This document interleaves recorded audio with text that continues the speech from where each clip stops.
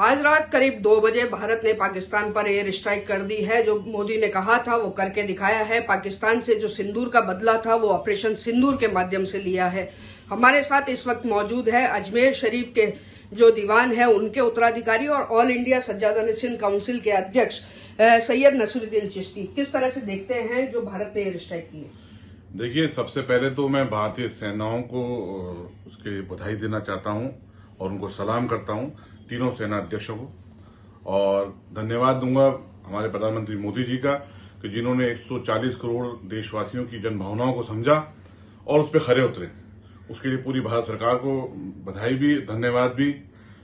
देश को हमारी सेनाओं से, हमारे प्रधानमंत्री जी से यही उम्मीद थी और ये दुनिया को पैगाम भी देना जरूरी था कि ये नया भारत है। अब शब्दों से नहीं, अब फैसलों से और एक्शन से जवाब दिया जाता है। और भारत ने आज वही करके दिखाया है कि पाकिस्तान में घुस करके वहां पर जो आतंकी ठिकाने थे उनको तबाह बर्बाद किया गया है। जब आतंकियों ने हमला किया था भारतीयों पर, उस समय महिलाओं को ये कहा गया था कि जाकर अपने मोदी को बता देना, और उनका जो सिंदूर है वो उजाड़ दिया था। मोदी ने बदला लिया और ऑपरेशन सिंदूर पूरे इसको नाम दिया गया। बिल्कुल, हमारी माँ बहनें जो थी उनके सिंदूर को उजाड़ा गया था, नाहक बेगुनाहों को कत्ल किया गया था पहलगांव के अंदर। इसीलिए भारत सरकार ने इस ऑपरेशन का नाम ऑपरेशन सिंदूर रखा गया है।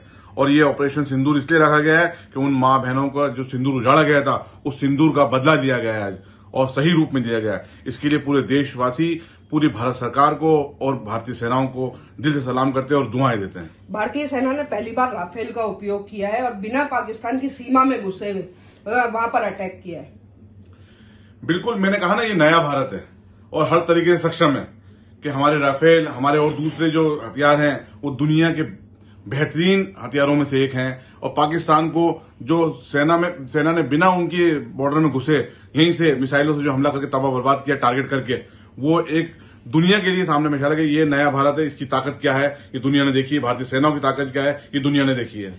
नए भारत की आप बात कर रहे हैं। पूरे देश के अंदर आज मॉक ड्रिल होने जा रही थी, लेकिन उससे पहले ही ड्रिल को अंजाम दे दिया गया।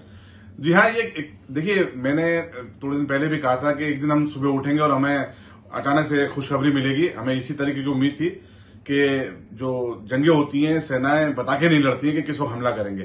तो ये पूरे देश के अंदर मॉक ड्रिल की तैयारी चल रही थी, लेकिन मॉक ड्रिल पूरी तरीके से हो गई है। आज जो हमला करके पाकिस्तान को जवाब दिया गया, मैं समझता हूं पाकिस्तान की हुकूमत को पता लग गया होगा कि आतंकवाद को संरक्षण देने का क्या नतीजा होता है। और अब ये तो शुरुआत हुई है, अभी तो और जड़ें खत्म करनी है आतंकवाद की। पाकिस्तान की सेना और पाकिस्तान की जो हुकूमत अगर बाज नहीं आई तो उनको और जड़ से खत्म किया जाएगा, उनको तबाह बर्बाद किया जाएगा। क्योंकि कोई नाहक बेगुनाहों का कत्ल बर्दाश्त नहीं करेगा। हिंदुस्तानी नहीं, पूरी दुनिया के अंदर ये पैगाम है कि जीरो टॉलरेंस पॉलिसी है आतंकवाद के खिलाफ। और भारत की जीरो टॉलरेंस पॉलिसी का नतीजा आज पाकिस्तान ने देख लिया है, पाकिस्तान की हुकूमत ने देख लिया है। मैं इसके लिए प्रधानमंत्री जी को, हमारे national security advisor Ajit Doval साहब को, हमारे डिफेंस मिनिस्टर राजनाथ सिंह जी को और हमारे जो होम मिनिस्टर अमित शाह जी को बहुत बहुत बधाई देता हूं और भारतीय सेनाओं को सलाम करता हूं।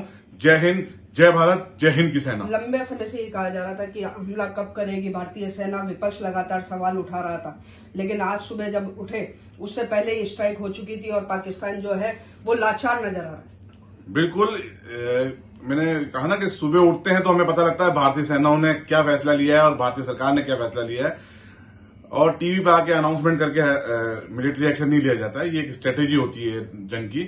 और जो सवाल उठा रहे थे उनको भी जवाब मिल गया होगा कि वो तरह तरह के जो सवाल उठा रहे थे, और अब सवाल उठाने की जरूरत नहीं, इस वक्त एक साथ खड़े होने की जरूरत है, भारतीय सेनाओं के साथ, भारत सरकार के साथ। और पाकिस्तान को तो करारा जवाब मिल ही गया है। अगर वो अभी भी बाज नहीं आए तो और उनको अंदर घुस के मारा जाएगा और खत्म किया जाएगा, तो नाबूद किया जाएगा।